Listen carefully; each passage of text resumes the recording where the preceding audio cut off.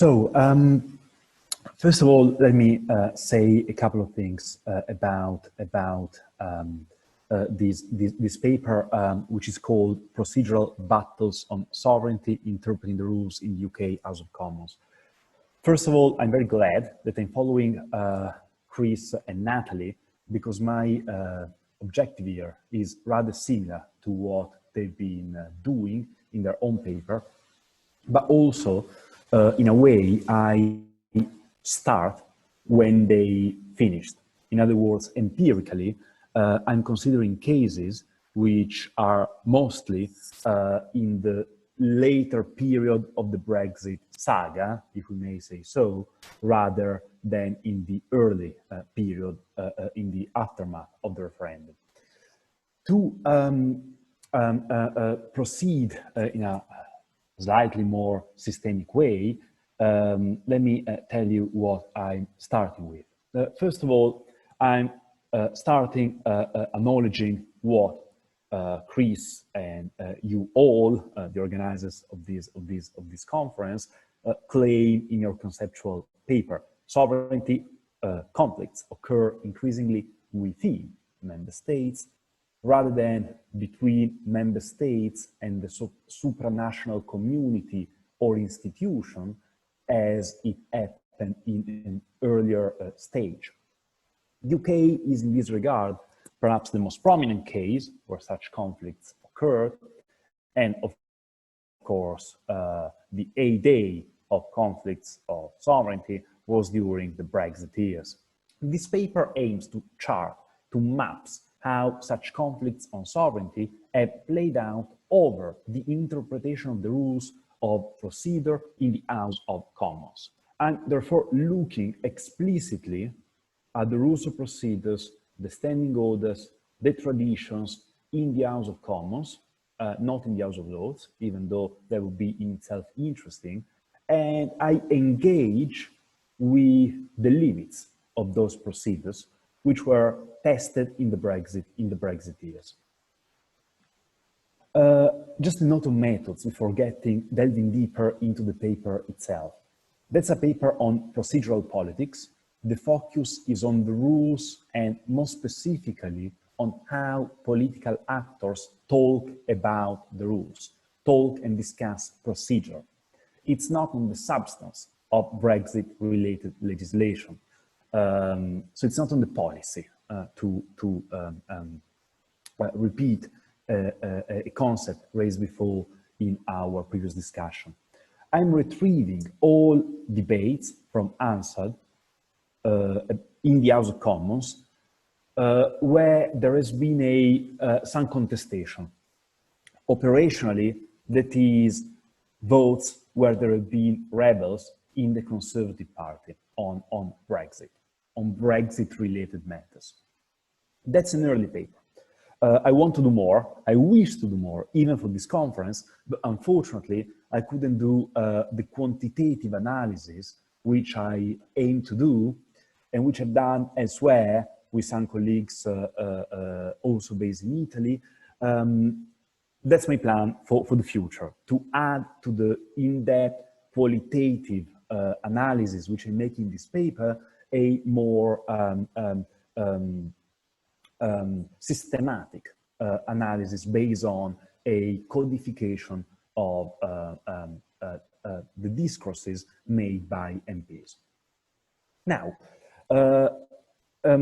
to get into the paper itself, this tension, or if you like, this development between an early phase where sovereignty or the conflict on sovereignty was between the state and the community, we shall focus on how that debate played out in the House of Commons, for instance, when the European Communities Act was voted by the House of Commons in 1872. There is a very nice paper by Yang and Guy that maps the debate in the House of Commons back then, and you can really see how different MPs talk about surrender of sovereignty vis-a-vis pooling of sovereignty. So the debate was cast in these more traditional if we may say so, way. At the same time, however, both the 1975 referendum on membership, the first UK-wide referendum, and significantly the 2011 European Union Act introduce another conflict, which is what Chris Bickerton was referring to, people versus parliament. In particular, the 2011 Act binds Parliament in the sense that any new reform of the EU treaties, any new power given to the EU has to be confirmed through a referendum. And therefore, sovereignty of Parliament, if you like, is no longer absolute. Parliament is bound by, is mandated or should be mandated by the people. The irony of the Brexit moment and referendum is what Vernon Bogdanor described very strongly in this article, also in 2016.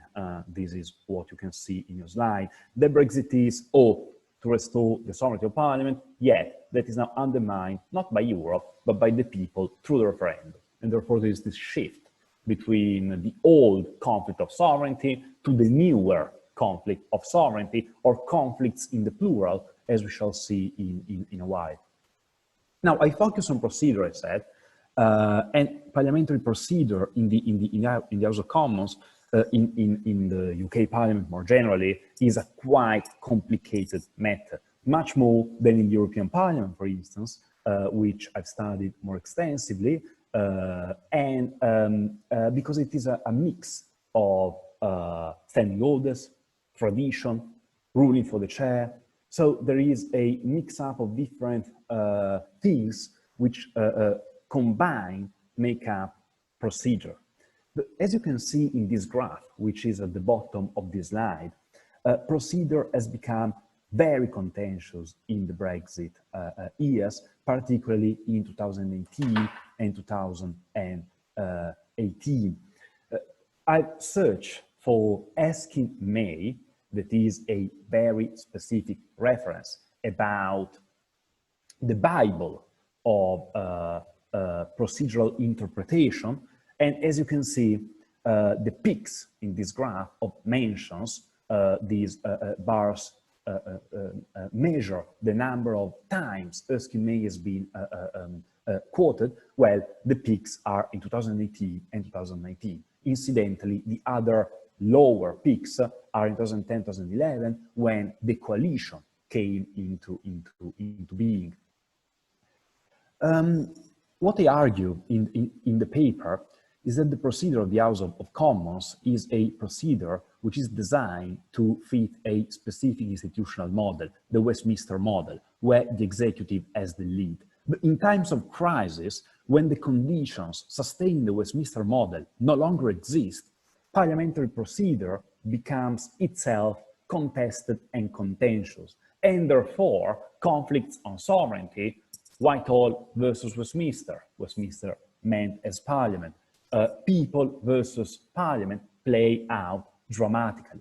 But at the same time, and I think this is perhaps the main contribution of this paper, those conflicts, or this key conflict, is not alone, but it overlaps somehow uneasily with other pre-existing conflicts. For instance, the conflict between modernizers of Parliament and traditionalists, or also a conflict which is mainly internal to the Conservative Party, to the Tory Party, between those who have a veneration for Parliament, to use Stuart Ball words, or a populist tendency.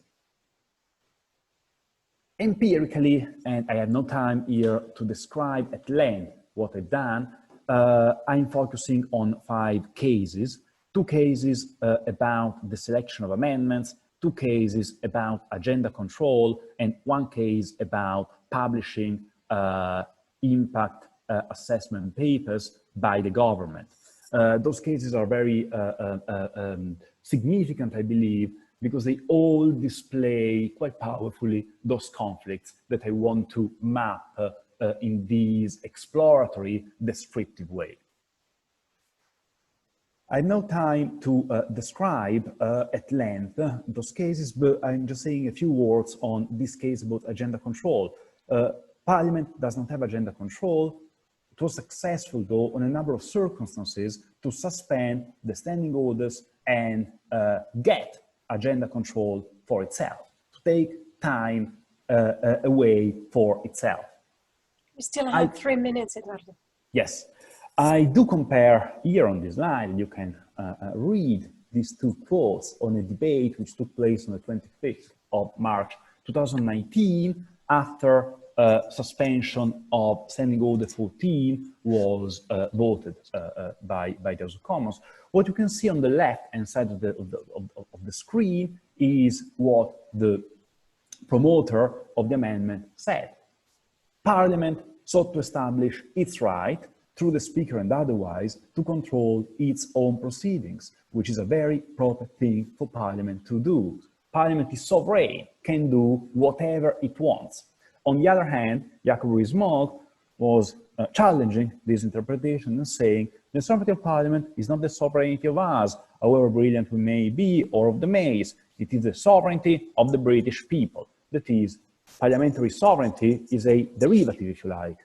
Sovereignty belongs to the people, and Parliament is compelled to implement what the people told them. Now, what is interesting is that even Oliver Letwin felt compelled to justify his position by saying that this suspension of Standing Order 14 should only be exceptional, should not be a precedent. In other words, even this innovation in terms of interpreting the procedural rules is bound by what is the norm, if you like, of behavior in the House of Commons. Also, on impact assessments, there is on publishing impact assessment, there is a division between two different ways of interpreting sovereignty. But interestingly enough, Rees-Mogg, in this case, defends Parliament, not the government, because his traditionalist, if you like, position on Parliament sovereignty leads him to support Parliament rather than government. And this is the tension I was mentioning before, which is spelled out in more details in the paper.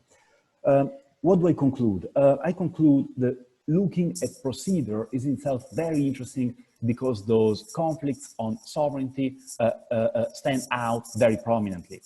Most importantly, they mirror the general debate on the Constitution, on the way the British political system, if you like, should work. And the actors at length spell out what they mean and how procedure may fit or may not fit their their ideology, if I may say so. What's interesting too is that this is all linked to Brexit and therefore may be time bound, but if we observe what's happening in the debates that we have currently in British politics on the management of the epidemic, and, for instance, the powers of the Scottish government or the Welsh government, well, other conflicts on sovereignty add up onto the ones I've been mapping in my paper. Thank you very much. Okay, great. Thank you very much, Edoardo, for the presentation, for sticking to time as well.